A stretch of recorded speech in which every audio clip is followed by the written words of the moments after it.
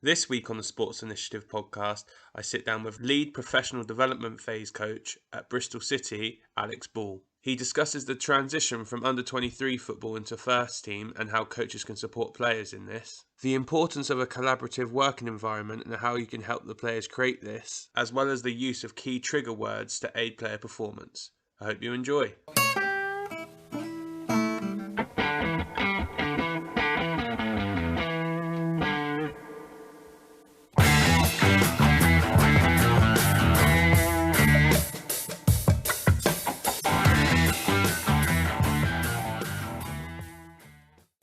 So, Bally, first of all, appreciate you jumping on this morning. How are things? How are you doing? Yeah, good, thanks. Yeah, all good, Mike. Really pleased for you to ask me on. I'm looking forward to it. I think I'm well, back to work, and everything's been kind of going into a new normal with our training program since we started back in August now, I think. But yeah, no, I'm all well, the family as well, and enjoying being back at work, really. Perfect. So obviously you alluded to there kind of being back at training and whatnot. So you just want to tell people kind of what your current role is and what you're doing and who for, etc. Yeah, so currently I'm the lead professional development phase coach for Bristol City Football Club. So I've been in that role for probably the last 18 months to 2 years. 2 years previous to that, I was the under-23s assistant coach. So yeah, that's my current role. So day to day, working with the under-23 players predominantly. So my role encompasses the under-18s as well. But since last October, I've been kind of doing the under-23s predominantly to make sure that the players and everyone involved with the under-23 group are doing what we need to be doing, really. And how did you find kind of that transition? Because I know previously you'd worked a little bit with the younger age groups and stuff. How did you find going in kind of at the top end, I guess, pretty close to first team football at that point? Yeah, definitely. So the opportunity come back up to go to the club. So previously I was working at Southampton as the lead foundation phase coach before I went into work with the under-23s at Bristol City. So definitely a big jump in age groups. But in terms of the coaching, I find it comfortable because I'd worked before with older players. So it wasn't as though I'd only worked with young players. Through my coaching pathway, I'd worked with all through the age group. So before I went to Southampton, I'd spent time as the under-18s coach and also the lead youth development phase coach at Bristol City. So that was kind of, I've been at Bristol City for a while, really, on and off. And so having previous experience of coaching those age players, I worked with under-18 players at Team Bath, and also at Filton College, I was coaching 16 to 19-year-olds. So I'd already had experience of coaching older players. And so the going into that environment wasn't too daunting for me. It was more, I guess, adapting to the speed of play and the speed of training and the things that the older players, I guess that would be the main thing, as opposed to difference to when you're coaching a foundation phase session, the intensity, the tempo, the standards, the driving of the session in those older age groups. I found that with the first few sessions when I was working with them, I was like, yeah, this is proper. And like you said, it's close in the current structure to the first team as you get, really, without being in the first team. So that brought its own experiences as well, which have helped me develop as a coach, and is probably one area of my coaching that I've probably not had that much exposure to. So now having that exposure has been really good for my development. And in terms of like an academy vision or an academy way or style of play, what would, if anyone was to come to watch, what would we expect to see from kind of your 23s or 18s, etc.? So a high intensity team, really, in terms of their running. Definitely a pressing team. A key characteristic of what we try and do is whilst being defensively compact, is very much around recognising the opportunities to press the opposition and high intensity running for sure. And then the opportunity whenever to play forward, really.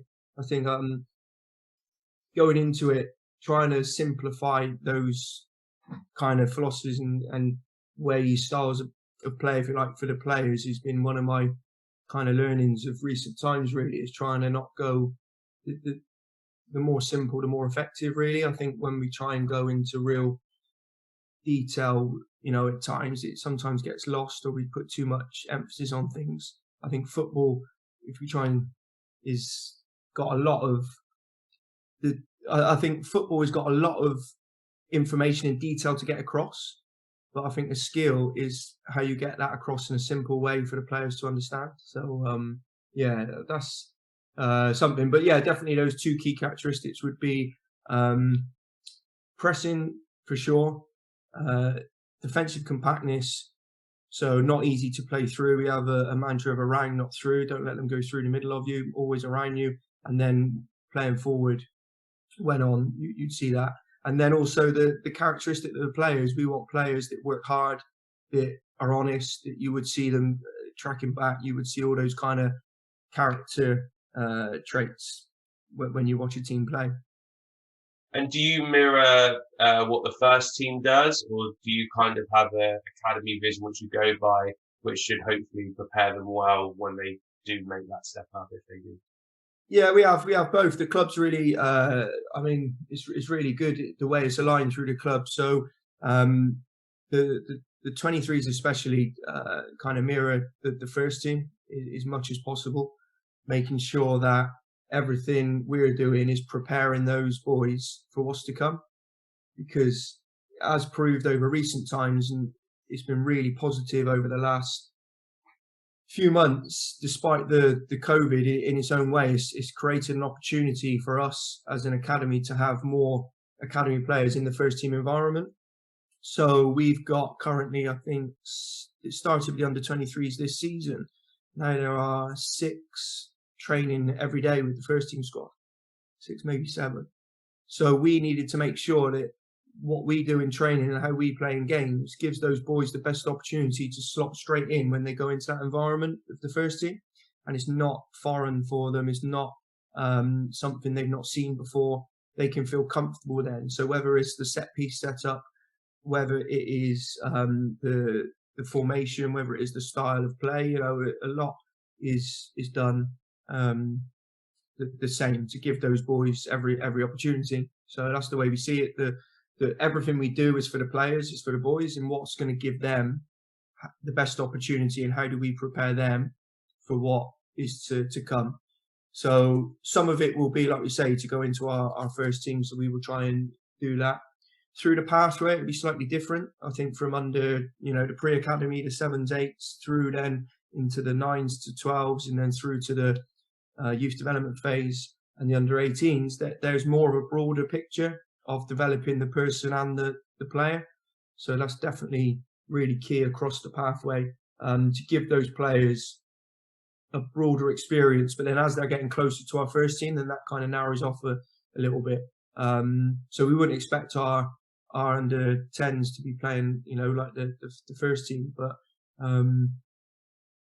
sure, there's going to be similar characteristics around the pressings that you'll want them to see them going out and press. But in terms of the formation they play, or they might play different formations to give them an understanding of what's to come. Because reality is at 18, 23, that some of those boys that are with us at 10, 11 are going to be somewhere else playing their football. So how are we preparing those boys to go into somewhere else that says different to what Bristol City say? So I think there's that kind of broader experience, but then certainly as it gets to 18s, 23s, there's more of that narrow focus to nail down on what our first team are doing and how our boys go into that environment, really. And I guess looking at your role, I guess one of the biggest things you look at is really trying to prepare them for that final jump, for that final bit. Like you said there, you've had a lot of success recently of getting players into that first team environment. What would you say the biggest challenge is for an under 23 player going from the age group that you're working in to then going into that first team environment and trying to, I guess, initially cope, and then further down the line kind of strive and push on? What would you say the biggest challenge for them is? I guess traditionally it's always like there's a one around opportunity. So opportunity, making sure that that's available. So something like we make sure it was really good up and before the COVID, for example, at Bristol City, we would always be training the same day and the same time as the first team. So whenever an opportunity come up for players to go into that first team environment, we were able to take it. So we would then, as an under 23, you'd have to get the balance right between playing and training is your own group and preparing, but also making sure they're available and ready to go into that first team environment. And whenever an opportunity come up, then making sure that those boys are ready and we're able to go into that environment. So if that meant trading off them playing in an under 23s game, then it's more important that they go into that first team environment. So making sure that our schedules align, making sure that when the first team were in, we were in, making sure that the boys, were training at the same time, just on the next kind of pitch. So even it's something as simple if a first team player went down injured in the session and they were to say, can we have someone? That's an opportunity. So then straight away you're able to send the player over.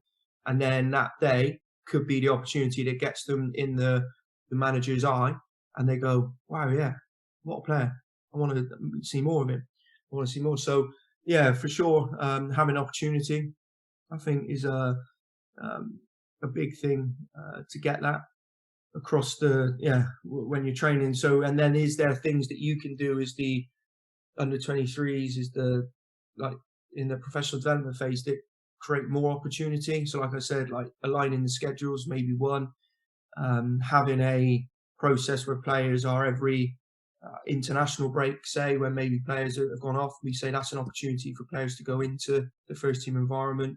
Obviously daily, being involved in the daily planning meetings and maybe a case where you go, well, players, the first team manager says we want X amount of players, and then they're able to go straight in. So definitely that's I'd say a challenge, but also an opportunity to get those opportunities, if that makes sense. The other one is then on the players, is that the players that do really well thrive, from what I've seen, is if they have that bit of self-belief and confidence when they go into that environment, as opposed to being shy and withdrawn, if you like. So sometimes the managers want to see their character. So there's likelihood is they're a tidy player anyway, because they're at the club, they're in the under 23, so they're going to be of a decent level. But then those character traits of kind of resilience, of self-belief, of trust, honestly. So when they go in, the manager knows they can hold themselves with senior players.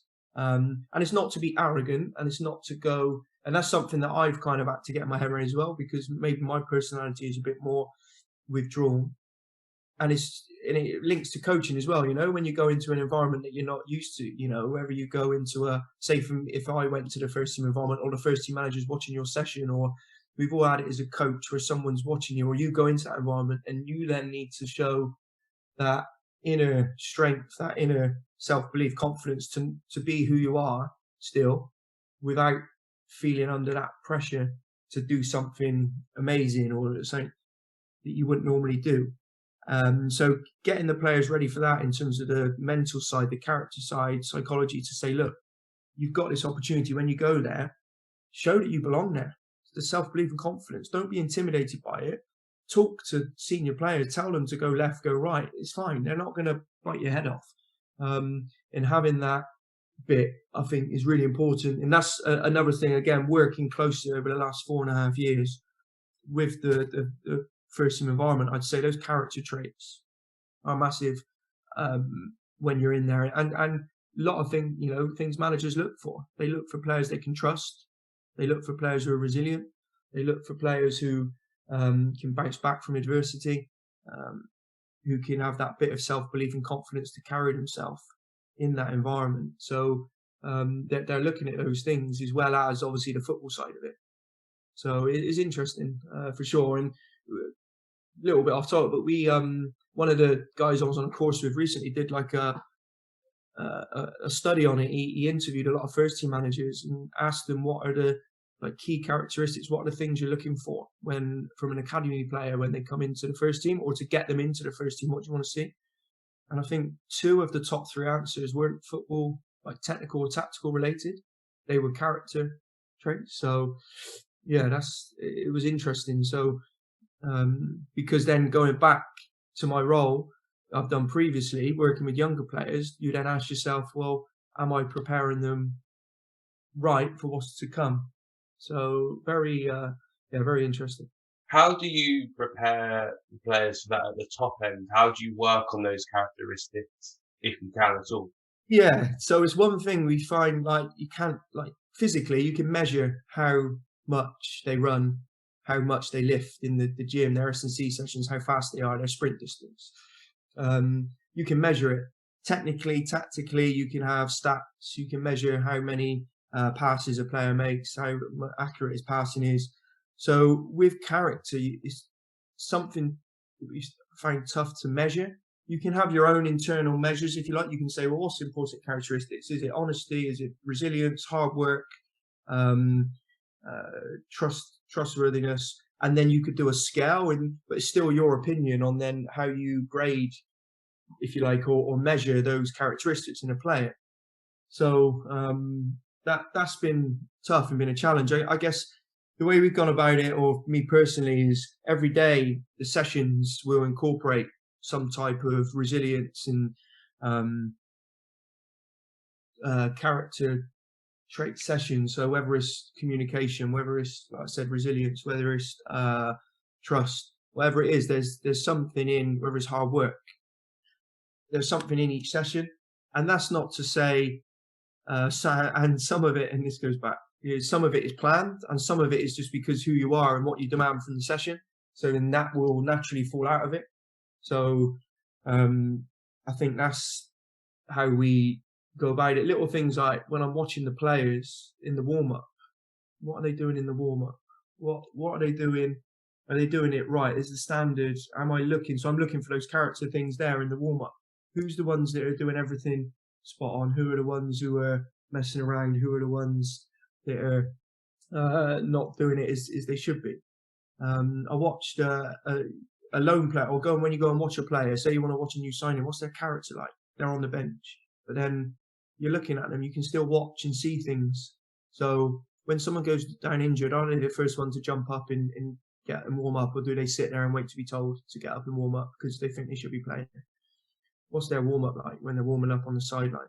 What's their character when they're body language like when they're sat on the bench? Are they with the team? Are they watching the game so that they're ready when they come on? So I think it also goes to what you look for as a coach. So what are you looking at?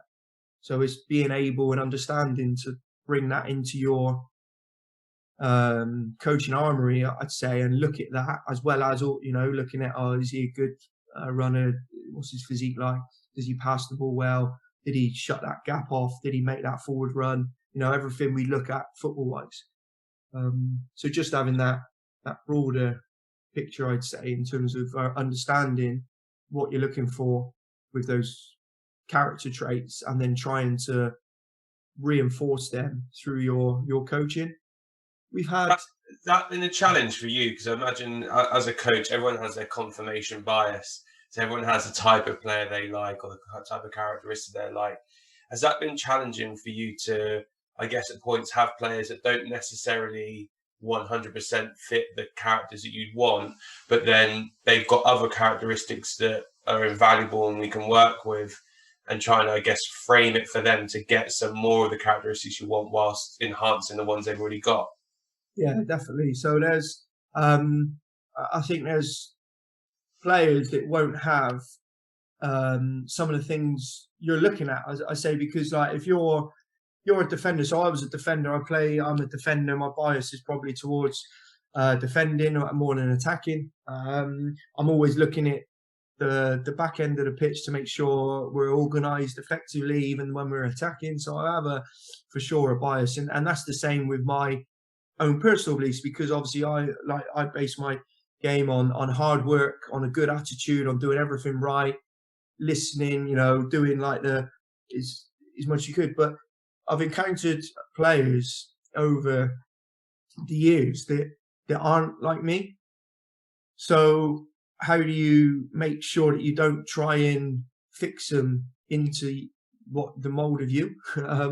So that's the importance. So I've learned when to stay quiet, when to not say anything in a football context is important with players, that especially attacking players, because the pass I thought they should make, actually they've seen something totally different. Or just because I would have made that pass doesn't mean they got to make that pass. So I've learned over the years to actually not, especially with those more individual maverick type players, to not purposely not have to mold them or coach them, I guess. I've got a player recently, and I always say to him, like, there's certain things you're going to have to do, but then you as a player, your USP is your creativity, is the ability to do something out of the blue. So I'm never going to tell you not to do that. You have to do that because that's you, and that's what's going to get you to be a top player, a really top player.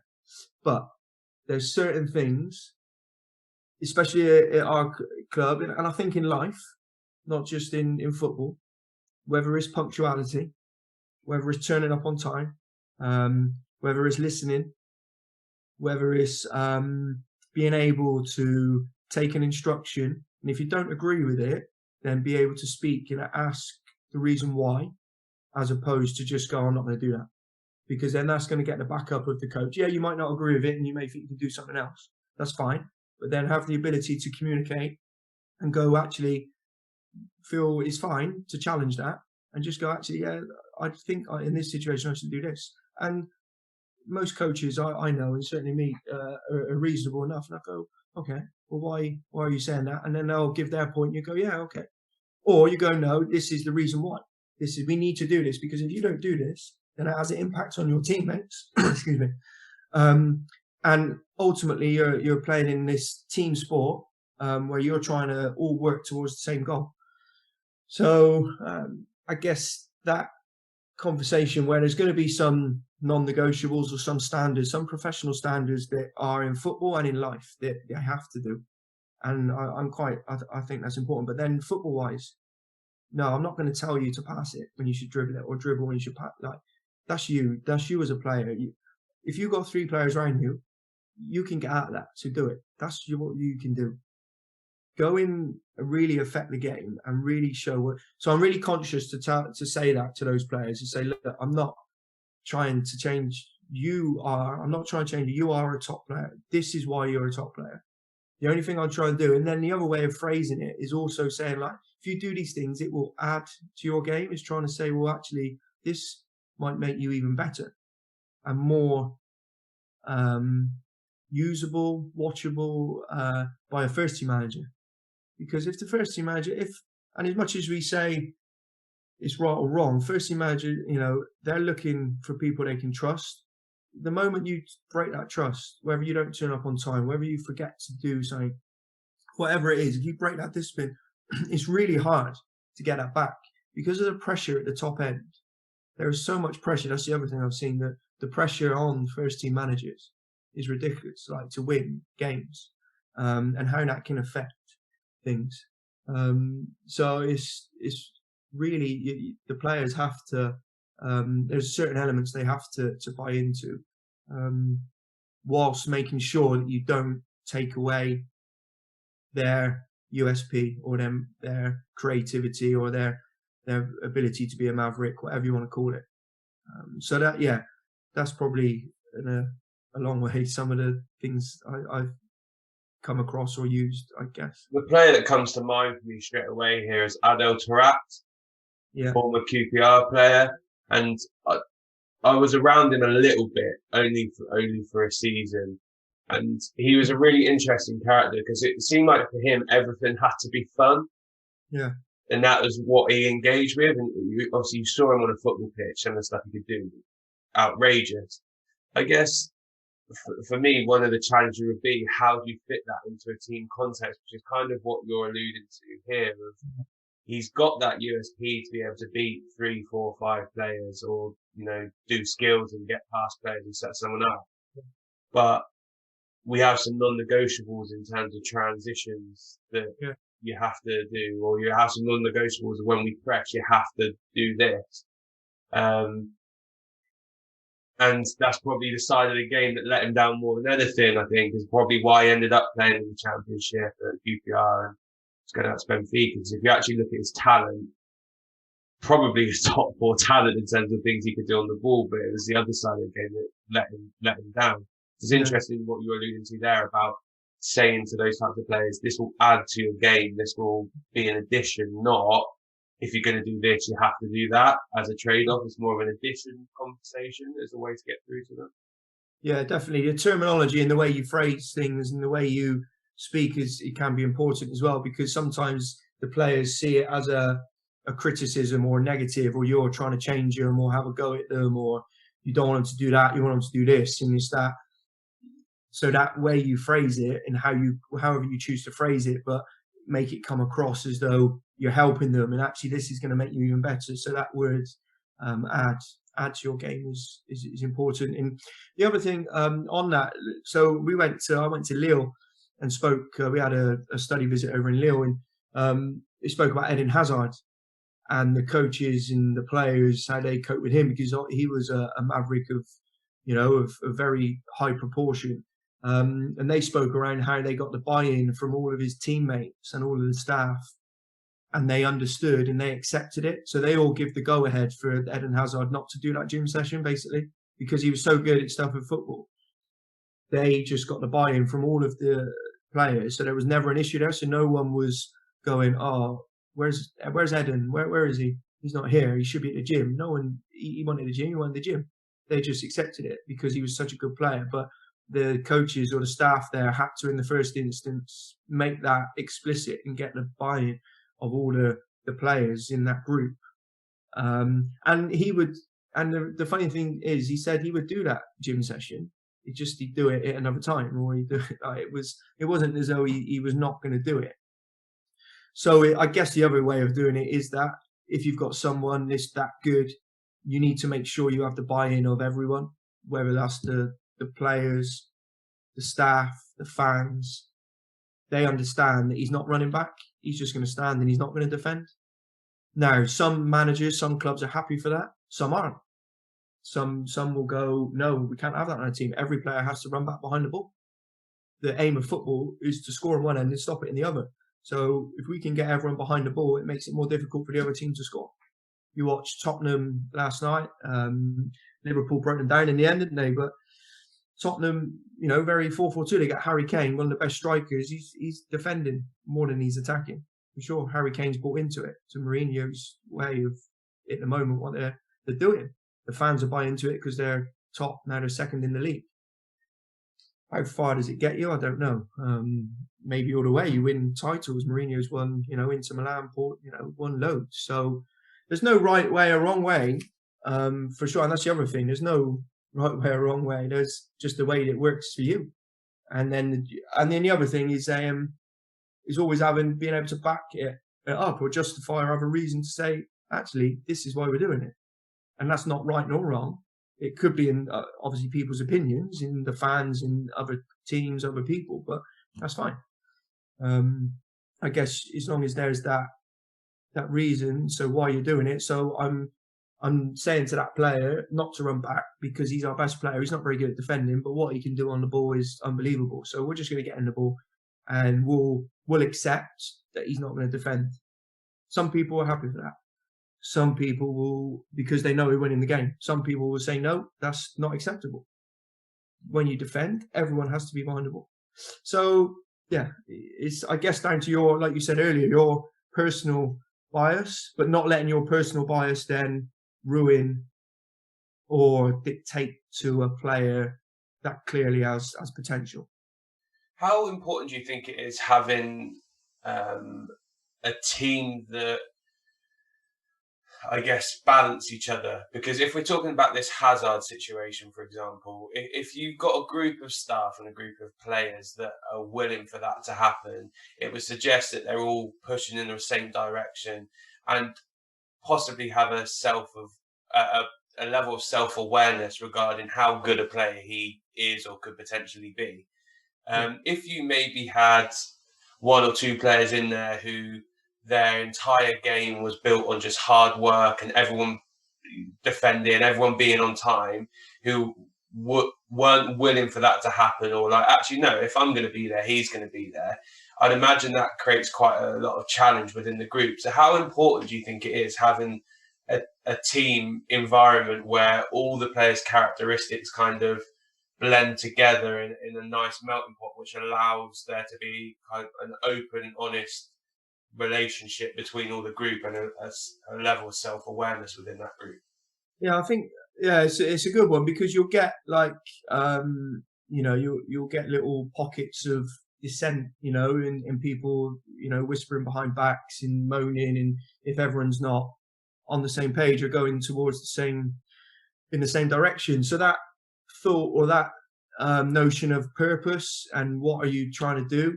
So if hopefully everyone in that team is there for the same purpose, whatever that purpose is it to win the league? Is it to avoid relegation? Is it to get a place in Europe? Is it to make sure that everyone is happy, everyone is treated like a family? What is your purpose? What are you trying to achieve? Is it promotion? Is it whatever it is?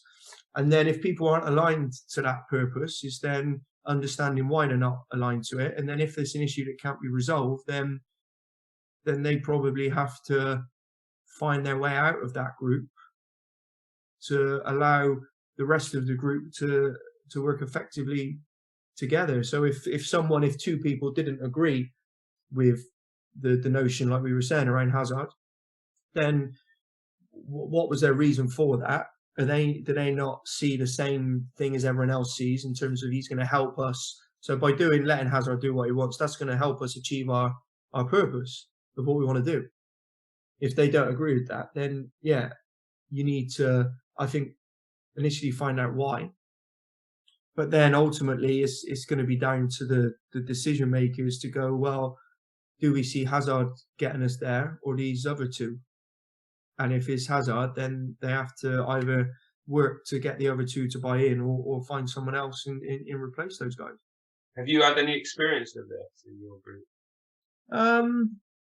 Yeah, not really. No, we have players, or you have people that want to do their, that are maybe late or have done something against, what they should have been doing, but it's kind of out of character, or it's a mistake more than a regular thing, if that makes sense.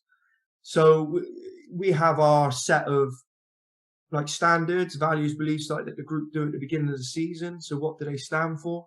So always you're able to refer back to that, and you reinforce that through the season in your meetings, your team talks, your training. Those standards that they've set and those behaviours that they said are important, you're able to refer back to that. That they, whether it's a fine system, whether it's consequences, they're dropped from the team, they're not allowed to train, whatever it is, your consequences you decide to put in, then they're there to help with that. But no, not really had anyone kind of go against what you're trying to achieve, because ultimately, I think in the youth, like the younger age groups, the 18s, 23s, everyone is there for the same reason. They want to be a first team player. They want to be a senior professional. They want to have a career, a professional football career. So you can refer everything back to that. And you say, well, you say this is what you want to do. Well, then there's certain things like the way you've acted or what you've done, or if you think that's acceptable, that's not going to get you to that point. So you either need to change, or you'll go out of it. And some go out of it. They then don't find their way through, and that's not on some, that's across in life, in work, in football. They'll just drift. They'll drift out of it. The ones who do will carry on through, and the ones, now there'll be those ones that do everything they can and they'll still fall up short, for sure. But yeah, I think the power you've got is able to refer everything back to what they want to achieve, what they're doing, and how they want to get there. I think when you're working with the 18s and 23s. Something you alluded to earlier on was kind of the pressurized situation at the top end. And I feel like the lifespan of managers getting shorter by the day in terms of people getting sacked and stuff. I think this brings up a interesting kind of question around players that relate to managers' visions. Because obviously, what we're talking about here is everyone pushing in the same direction. And you can use Tottenham as an example. I'm a Spurs fan.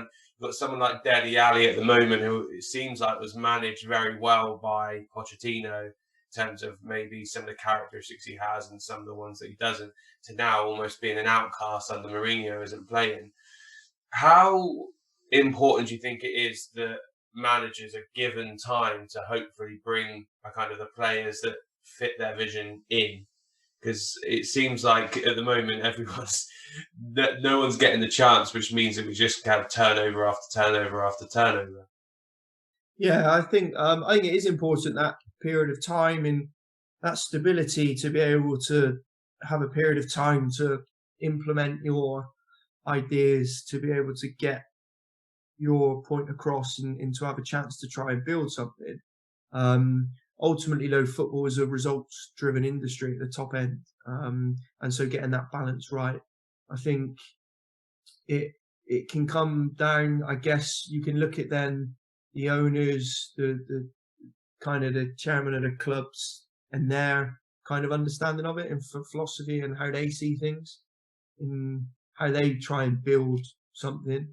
I think it's definitely important that, but then as a manager, you've got probably that first 3 months, I think it's 90 days, the first 90 days in management, to try and make that impression and to try and stay in that job and give yourself that chance to have that opportunity to be there a bit longer. So you need to make sure that you're going in and you're kind of making sure that very quickly you're getting that buy-in, and you're having to build things in slowly, I guess, in one way, as in to not make too much change, you don't take too many people, so that in that first period you don't end up alienating people and losing games really early on, and then you're out of a job straight away. So it's a really tough balance, but I think where clubs have been successful, I'd say, over a period of time is when there's stability in the management and the structure of the club. I know Manchester United, when Ferguson was there, I mean, Klopp's been at Liverpool for a long time. Pep's been at Man City for a few years now. There's, I think, they're obviously being successful. And then it's, yeah, and similar, I guess, with through the pathway as well, is stability of coaches, of staff, helps players develop a familiar face, having something, giving it the time to work through. Does that make sense? So you're actually working, you're not changing something every year and going, oh, there needs to be a period of time where you actually give it a go and let it work through to say, well, actually that was successful or that wasn't successful. So yeah, definitely having the stability, I feel, is important. But unfortunately in football, you're not going to get that. So I think, though, managers know that and they accept that. And as much as they try and do, they can, as much as they can, to stay in that role. And as much as I'm sure in an interview or at the beginning when they start, they'll be told this and that, or they, that will change if they lose 5 games on the bounce in the bottom of the league.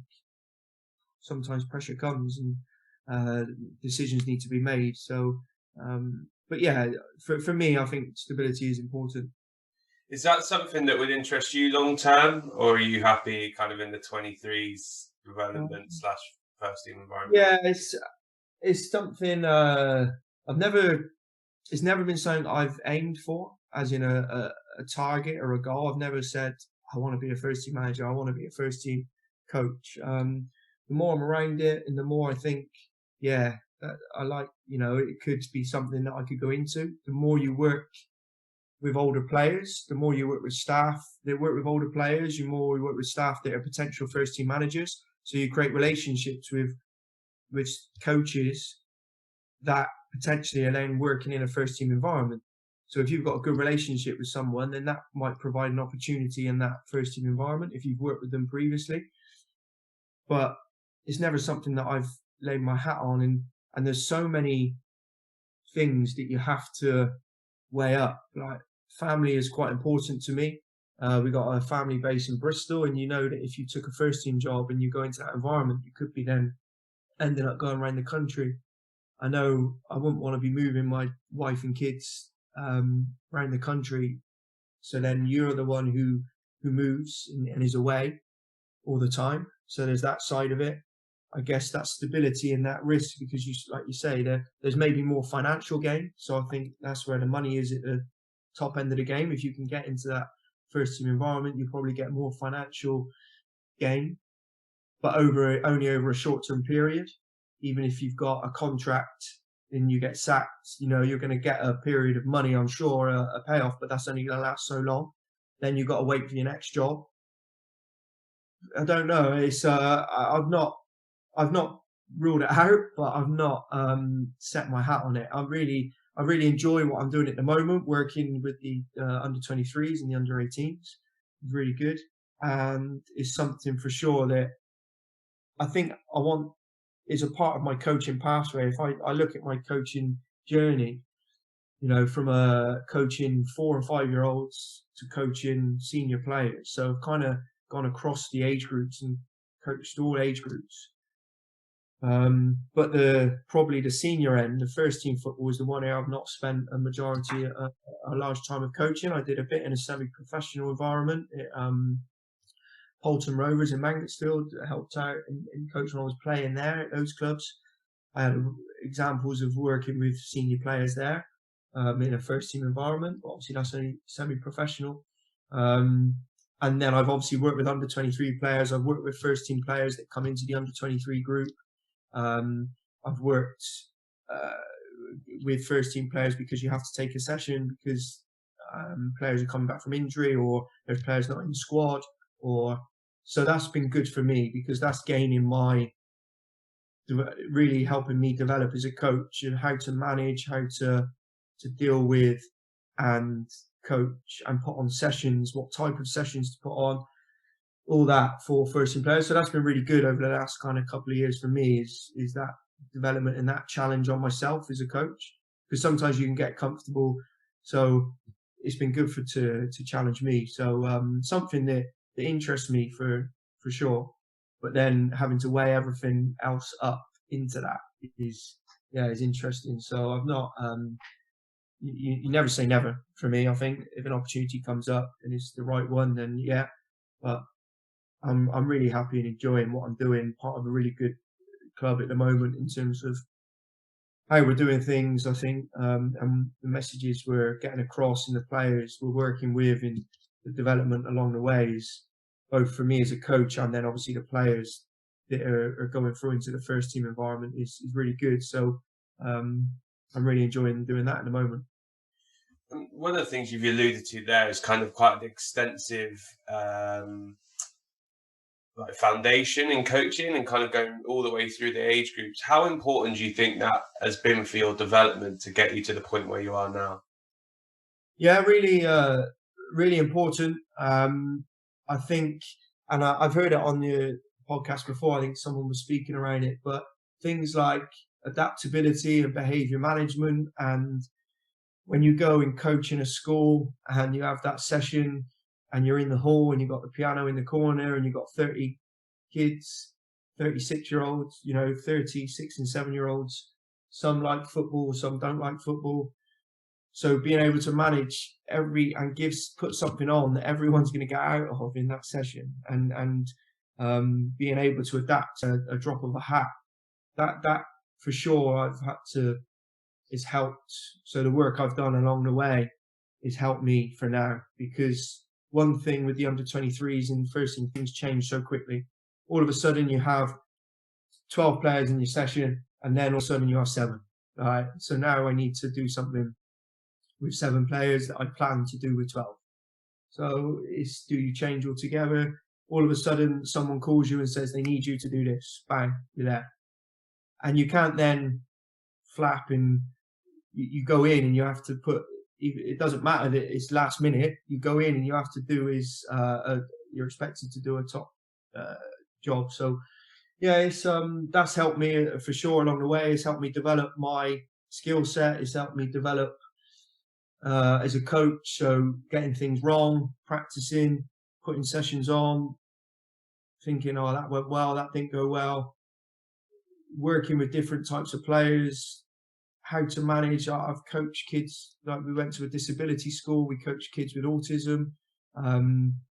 That was another level, like in terms of me challenging me, because if I said something one week, they would hang on to it the next week, but I'd forget and they'd pull me up on it and they'd get really cross and angry. And I'd think, oh my, I've really ballsed up here because I said this team could be Man United or this player could be on,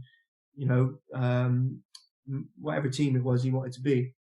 And I forgot, but he didn't. There, he had this chart in his room that he was marking down and how important this football session once a week was to him.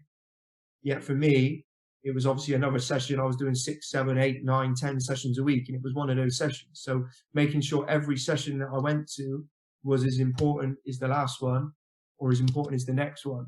Never, be in the moment for that session and don't forget.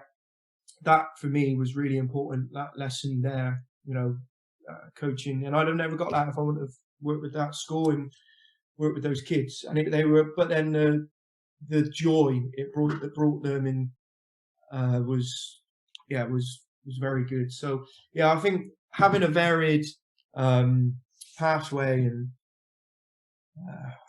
experiencing different things definitely help, and it can get you things for sure that you miss out on if you kind of go straight in and haven't done that before you go straight in with your coaching.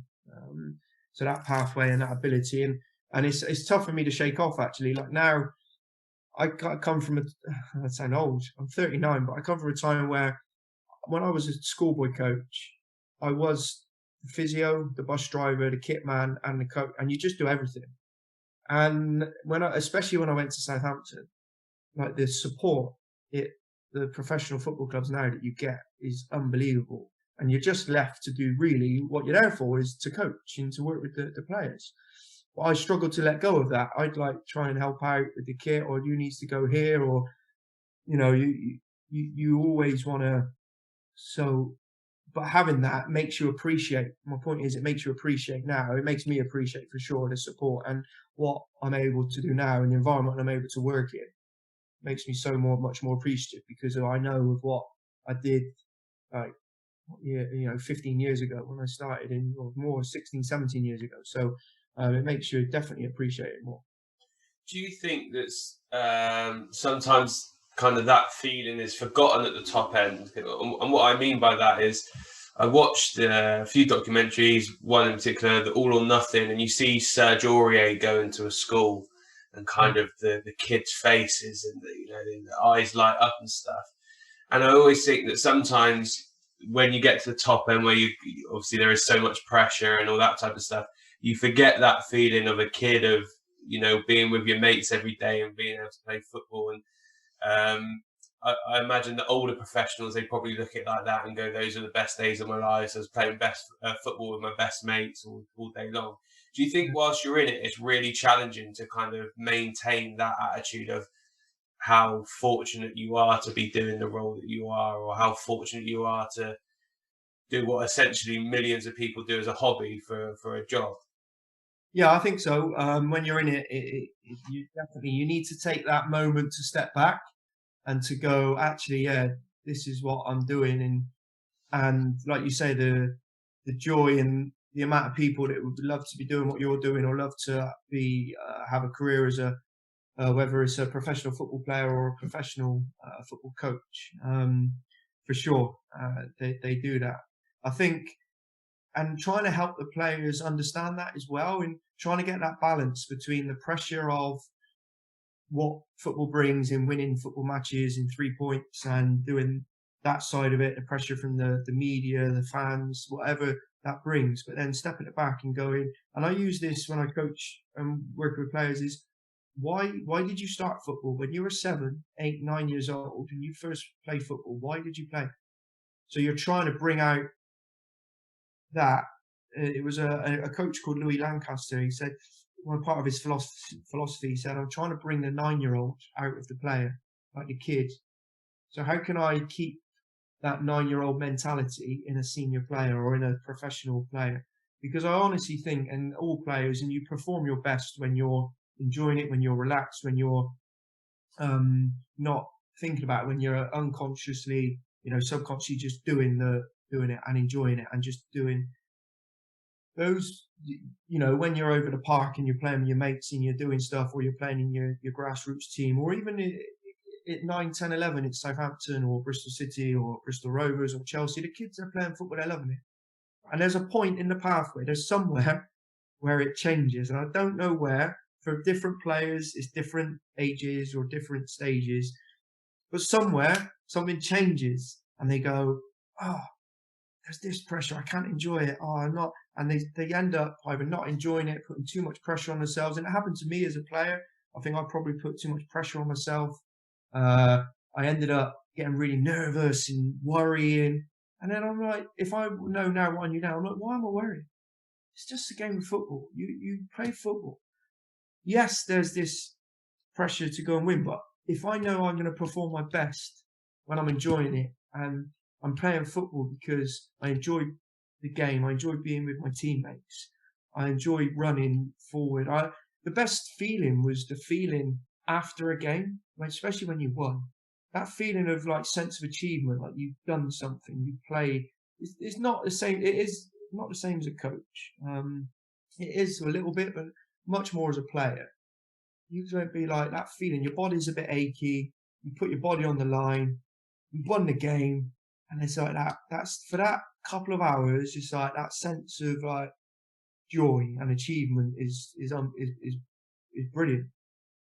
And so, but to get to that point, like before the game, you'd be worrying, you'd be nervous, you'd be like, oh, what if this happens? What if this?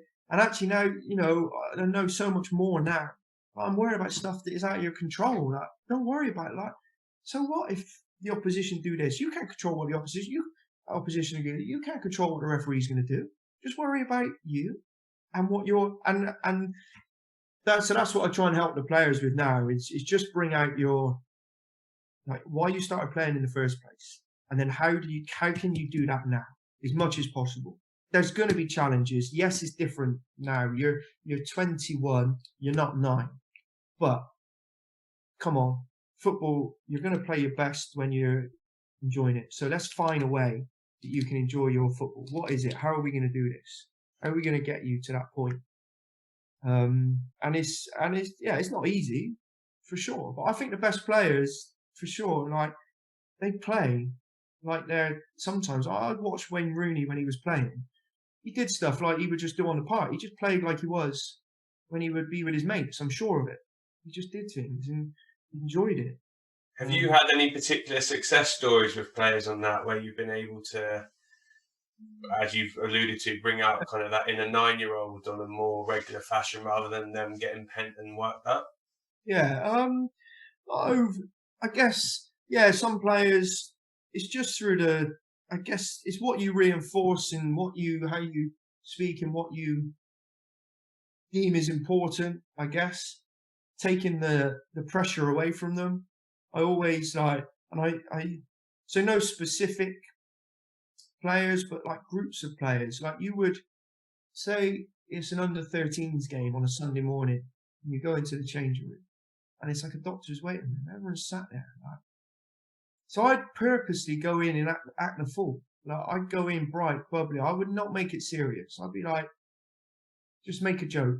And I always remember coaches to me. Like there was a coach, Frank Jacobs and Graham Muxworthy, 2 coaches at Bristol City that coached me and Graham's still there. Graham's in his 80s and Graham still comes in.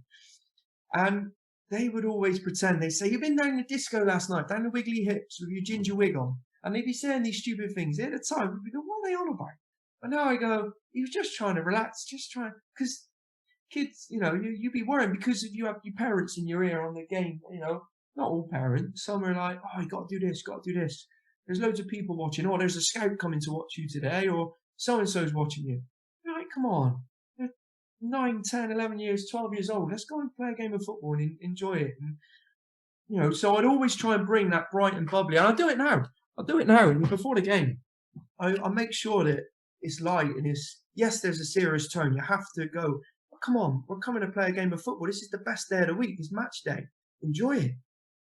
I think the match day is the best day. Like the training, yeah, is great, but I love going to the games, the atmosphere in the change room. So trying to take that bit of pressure away from them and let them perform it the best they can, really. I think that's interesting. I can allude to experience at the weekend. It was our first game back after a little bit of lockdown and whatnot. And the final thing I said to the kids before we went on the pitch was, let's just have fun today and we'll figure out everything else as we go along. And you could see all of them just like smile because they hadn't been able to play football. And I was just trying to say to them that that's the bit we all like doing. I love playing football. I love seeing you guys play football. So let's worry about that bit. Let's go and have, some fun playing our football, and then anything else that happens after we'll figure out as we go along. And I think what you alluded to there is really important. That bit of jovial side, that bit of joking and stuff with the kids, so they realise it's a fun place to be, and you learn something, not the other way around. You learn something, and then it's fun. It's fun, and then we learn something as well, which makes it a double bubble. Yeah. Now, Martin Hunter, when I was at Southampton, he said the three things. He said, I'm looking forward those younger players. He was like, if they worked hard, so if they sweat, if they have a smile on their face, and if they learn something. It's like three things. So in that simplicity of in your session, in your game, did they work hard? Did they enjoy it? Did they learn something? So yeah, it's I think that's important. Yeah, definitely. So I'm going to allude to something. I've spoken to a few different people that have kind of played for you or know you particularly well.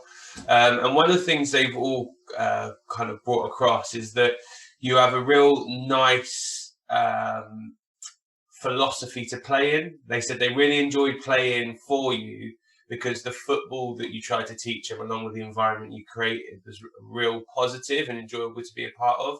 So in terms of your philosophy on football, I guess, what is it, and where did you establish it? How did you establish it? I guess it's it becomes from your experiences in your journey yourself, and what was made important to you. And so, like what we've just been speaking about, like enjoying football. I want it to be fun and enjoyable. I want the players to enjoy playing football. So making sure that that's part of the session, part of the game, part of what we do. There's also a bit around self-improvement. So always wanting to get better. So always trying to help people, and never thinking, I guess for me, I never thought I had all the answers, so I guess building those relationships, and a big part of my philosophy for sure is developed, and maybe unconsciously I did it when I was younger, but more consciously now I understand why I'm doing it. So around creating relationships, and around speaking to people, and around taking an interest in who they are and what they do. I feel like it's big on that in the moment. I spent a lot of lockdown on the phone, just speaking with the players, just over them, like not about football, just everything else apart from football, really. And really getting to try and understand them and know who they are and what's important to them. So a relationship for sure. Why was that important to you? What experiences did you have that made that premium for you? I guess coaches, I think of coaches who I've experienced along the way, like great coaches like Paul Tisdale, Ivor Powell, Andy Tilson. They were the two coaches I mentioned earlier, Frank Jacobs, Graham Muxworthy. They were personable people that would take time to speak to you and find out about you. And so there's that side of it, I guess. And then the other side of it is as you get older, you understand more, and you maybe on courses, or you deem what's important. And actually, for me, it's confirmed what I was doing. Does that makes sense? So maybe I was doing it, but I didn't know why I was doing it. But now I've confirmed that actually I was doing this for this reason. So definitely that's important. So being personable, being and it's not, and yes, it's being nice, right? And someone people say, oh, you're too nice, but I don't think it's a bad thing being too nice. If on your gravestone it says, here lies Alex Ball, he was too nice, I'd take that. If people thought that about me, then that's okay. Now I get you need to make tough decisions, and that's something that I've had to do. Whether you're releasing players, but again, whether you're dropping someone from the team. But again, if you've got that relationship and you've spoke, I think that becomes, they don't like it and the players are not happy, but they understand it and they know you're not doing it because anything personal, and they cope with it. So that side of it is important for me. That relationship, that ability to try and understand them, and be able to make harsh decisions. And then when you have to I raise your voice or do something, it becomes that more effective because you don't do it all the time. When you do, it's like everyone sits back and takes note. I remember one example. I was coaching at Filton College, and I was playing in their men's team. We had a team in the senior league, and I was the senior player, and it was 16 to 19-year-olds, and we won the game 4-1. And everyone's in the change room after, and they're all buzzing. I think we won 3-1, and they're all trying to get the food and the sandwiches, and the manager's trying to speak, and they weren't listening to the manager. And it was a bad game. We'd won, but we'd got away with it. The other team should have won. Like, how we ever won the game? And I just lost it. I was taking my boots off. I had my boot down land. I slammed it down on the floor. I like swearing at them. But you listen to the manager. And I'm not off on one now. This is the worst performance I've played in all my life. You lads, you think you know it. You know nothing. And everyone just goes, now what's Bawley doing? Like, just sat back. The manager texted me out night. He's like, are you all right? He says, I said, yeah, I just got frustrated. Like, no one was listening to you. It had been a really bad game. They thought they were amazing and we weren't. So it becomes more powerful there. For sure, when you do have to raise your voice or say your piece to get your point across. In terms of playing style, it's just, I like, obviously, to pass the ball. I very much try and make it simple for the players. So what is it you want to do? Right? We want to pass the ball, but we want to pass the ball with a purpose. We want to go forward, for sure. If we got players that can dribble and attack players, get them on the ball and dribble and attack players. Midfielders, we want to give you the ball. So trying to help them and coach them, right, receive at this angle so you can play out there. Or and football, I try and simplify. Look, we want to score. We want to stop them scoring. So when we got the ball, something that I always remember the coach educators on the FA. I think it was like Dick Bate, Dave Burnside, Steve Rutter. These guys that were doing my coach education at the time. Like the principles of play around attacking and defending.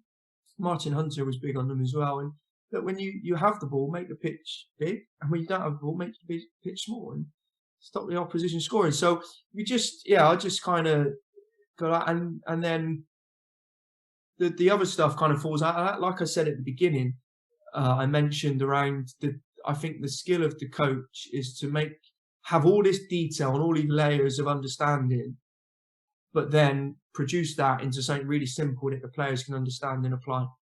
Behind the scenes, you've watched footage, you've done analysis, you've done opposition reports, you've done all of this, but the players don't need to see all that. Don't need to be baffled with all that. That's how you can get all that information and go, bang, here you go. There's some 3 key messages for you for this game. Go and do it. And then bang, they go and do it.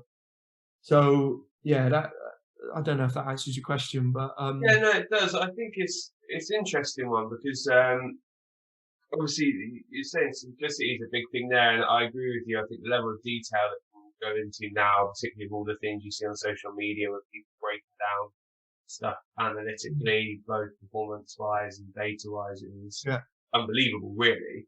Yeah. I guess the question for me is, have you got any particular strategies kind of in session to help you simplify what can be quite challenging topics? So if you've got pressing, for example, have you got any go-to pressing sessions or any go-to playing out from the back sessions to help the players understand that we're going to press aggressively and this is how, or when we're playing out, these are basic principles we're going to work on? Have you got any sessions that you go to? Yeah, like terminology is a big one. Like in the moment, like final third stuff, I'm trying to come up with phrases and terminology to get players to understand when to shoot. Like, so I'd say for example, at the moment, I'm saying commit and hit. That's it. So, and all it's about doing, the detail beneath that is around the player on the ball, understanding to take touches on the ball, to be able to beat his man, to be able to commit the player, create that half a yard and shoot, or commit and slide. So if my wide player's out wide and I'm on the ball and I drive at the opposition fullback, I'm committing him, and then I need to slide the winger, and then the winger needs to cross it. Like, it's that intensity. So trying to get snappier terminology that triggers what we want from them. So commit and hit, commit and slide. In possession at the moment, a phrase I use is position decision. So positioning of the team is important. So if I'm a midfielder, I can't just run aimlessly all over the pitch. There's a certain position I want them to be in to affect the opposition. And if they do that, then it's their decision. Do they move or do they stay? And that's all it is, position. So I'm trying to go with like snappier words, if you like, to really simplify what we want from them. So simpler phrases, instead of going in and saying like, right, when he gets the ball, I want you to move here, I want him to slide across, and then if he doesn't, the biggest thing through my coaching, there's loads of big things, but players, if you coach players, they always see it as black or white. He said this, or do this. And in this situation, I need to do this. So when you're pressing, for example, if you're the winger, he'll say, when the fullback gets the ball, I need to press him. So I need to press the opposition fullback. But what about when the centre-back gets it and you're close enough to press the centre-back? Can you close them down, or do you just wait and run back and worry about the fullback? So it's important not to try, because football is areas of grey. It's not black, it's not white. There's so many variables and so many different situations. And that's why, like, for example, when the fullback, left back attacks, the right back's got to come round. But then the opposition have no one on the halfway line. So why has the right back got to come round? I don't understand it. But some coach somewhere or has said that. And they've not meant it literally, but the players take it literally. So yeah, come round. If they leave two up front, we need to have three back against their two, maybe. Yeah. But if they got one up front or no one up front, why are you staying back? That's why it's important to try and not go is this way or that way. There's principles that apply, and then you need to apply that principle in the right situation at the right time. So if you're the winger and you're pressing at the right time, you need to press the centre back, the opposition centre back, and then everyone needs to slide across and deal with the fullback that you've left. If you're pressing, but you're not close enough, then stay, because you don't need to go. It's fine. But don't just go because we think we're a high-pressing team and every time the centre-back, you need to close down, you need to run. No, you don't. You only do it at the right time. So that bit has been, like strategies for me, trying to simplify it. So terminology and those areas of grey, like trying to go, there's principles here, and then using the analysis. I guess video feedback is massive now in analysis. Huddle has been really good for us, using it, a really good tool with the players, and getting them to see things live for themselves and then go back over it, using it on the iPad on the side of the pitch, using it before and after games, pre-match, post-match. That side of it's been good. So I use that for sure. Was a big part of it. But yeah, just that simplification and not making it one or the other. Because so many players go, I should do this. Well, only if it's the right thing to do at that time. That's massive. I don't know. No, I think it raises a really interesting point, because I think obviously a lot of teams at the moment want to press high up and all that type of stuff.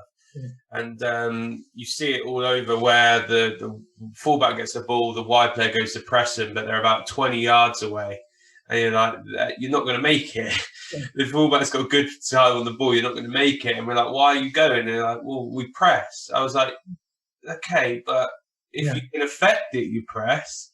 Don't just run out there if he's got loads of time, because he's going to play around you. And that's something I've been working on with groups in terms of going, if you can affect the forward pass, then go. Yeah. Kind of wherever you are on the pitch, if you can affect that pass going forward, then you might have a chance of being able to go, and others can join in around you. If you're right by yourself, then you might not go. So there's different things there, which I think is interesting. I guess linking back to here, and I've worked under your curriculum, if you like, at Southampton. Obviously, you and Lee put a lot of work in along with everyone else there to get that curriculum up and going. How would you go about creating a curriculum for a club now? Obviously, because you've gone back to simplicity. I know the one you created at Southampton is really, really in depth with the moves that relate to areas of the pitch and stuff. Would you still go into that detail, or would you work purely off of principles and go from there?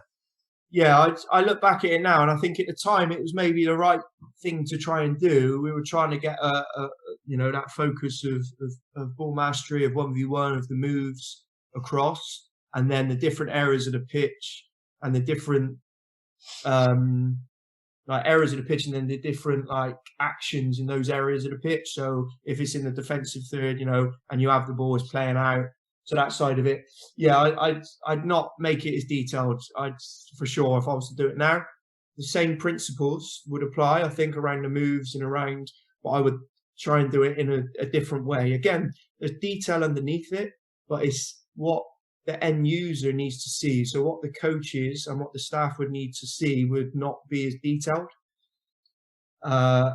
So I would definitely go, I've been trying, and I'm trying to do it at the moment with the PDP, come up with that simplicity. So at the moment, for example, if you were a high pressing team or your club, just what's the key things you're looking for? So 5 things might be high intensity running, compete for everything, play forward, do your USP really well, so do what you're good at, and do your job for the team.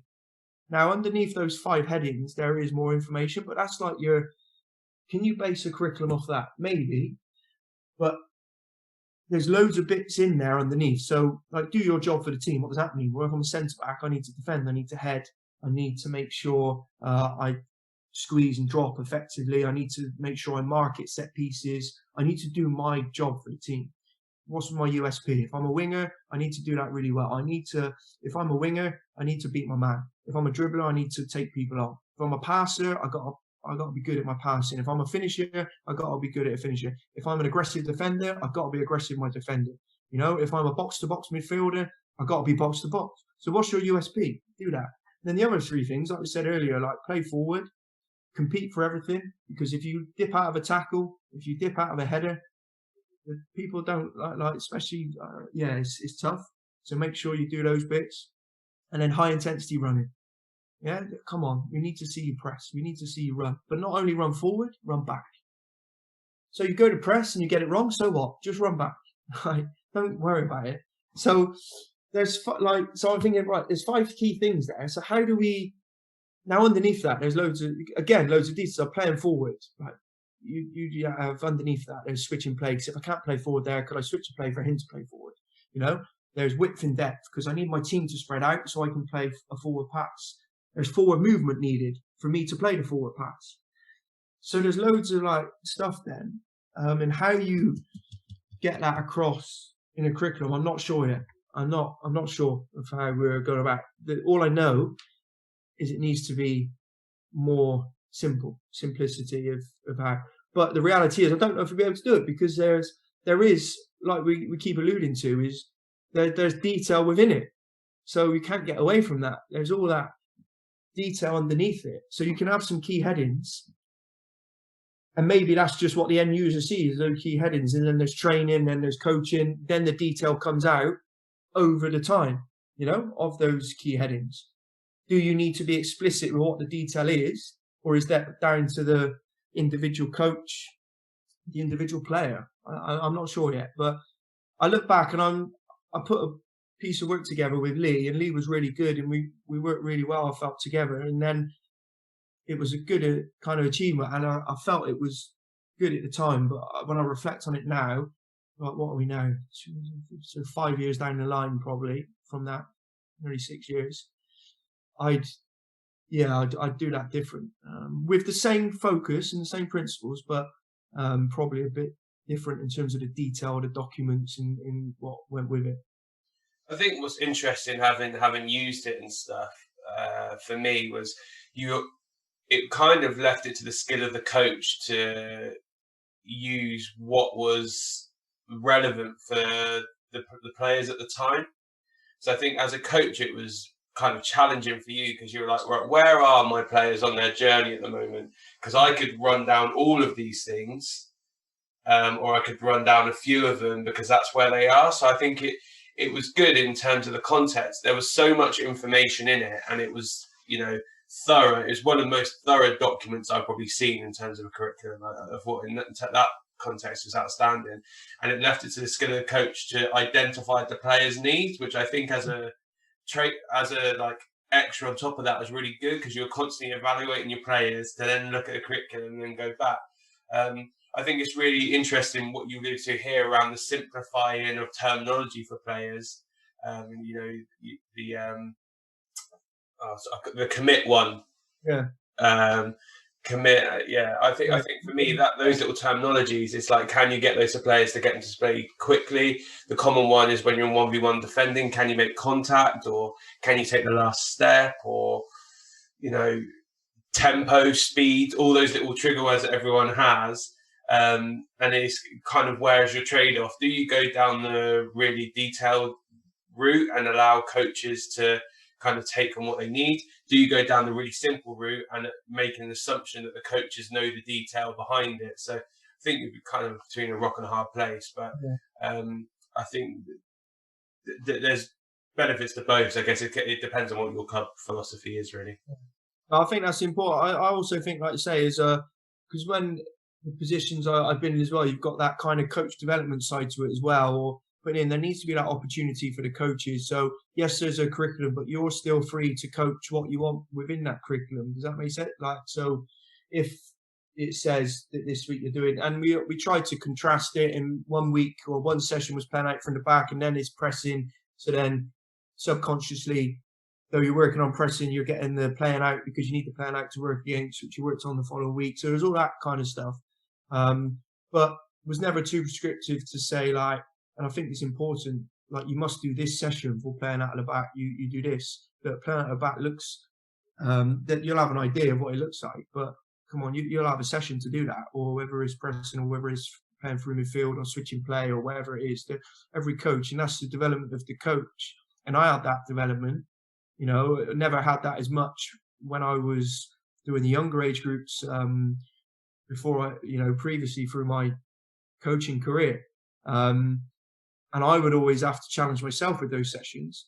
And now I know sometimes clubs kind of take that away from the coach and go, you do this session for this topic. And you're a bit like, well, what am I doing? Like, there's no planning process for me then. I just need to turn up. Yeah, I delivered a session, but I didn't think about what it was and what to do. So there's that. And some coaches like that because it's less work. Some won't because they go, well, actually, for this session, I want to do this. So yeah, getting that trade-off right as well is important.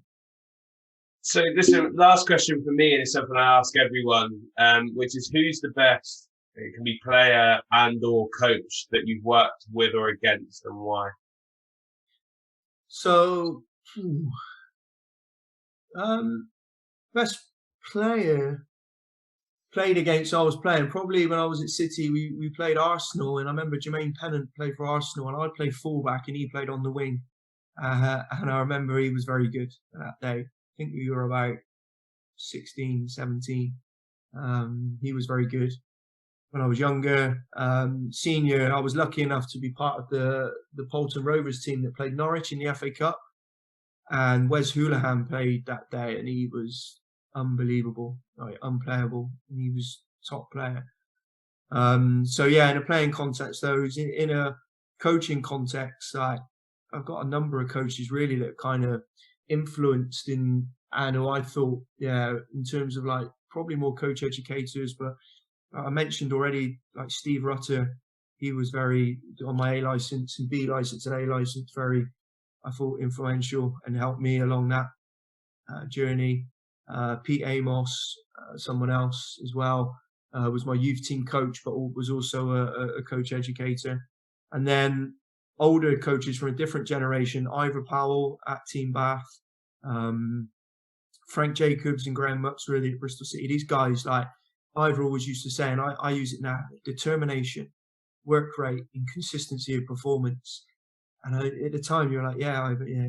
Now I'm like, you're spot on, Ivor. I do it. I speak to the players on that so much, and that was really good. And then they'd be like, for the messages, like Frank was the same, Graham, around the messages of work hard, attitude. And then in terms of coaching, probably Paul Tisdale, the way he got you to do stuff as a player, and the way he set the teams up and the success he had at Team Bath to get the age group, the team through the leagues, if you like. He was very good. Yeah, some real important people. Andy Tilson was just the top bloke, like really unbelievable as a person, how he influenced how the relationship and how it reinforced to me that you can have good people in football. Like sometimes you hear like stories of everyone stabbing each other in the back in football. You can't be nice, and it's not true. Like it's not true. There's top people in football, and you can be a good person and still be successful in football, for sure. So, yeah, they'd be the ones that stand out for me, for sure. I'm hoping to get him on the podcast soon. I'm currently exchanging text messages with Tilly. But no, I agree with you in terms of having good people in football. I think that he's definitely one of the good guys. But listen, Bawley, I really appreciate your time. I think everyone would agree some valuable stuff there. And obviously stay safe and keep doing what you're doing. And hopefully we can catch up with you again a bit further down the line. Yeah, no worries. Thanks for having me on, Mike. I really enjoyed it. Yes.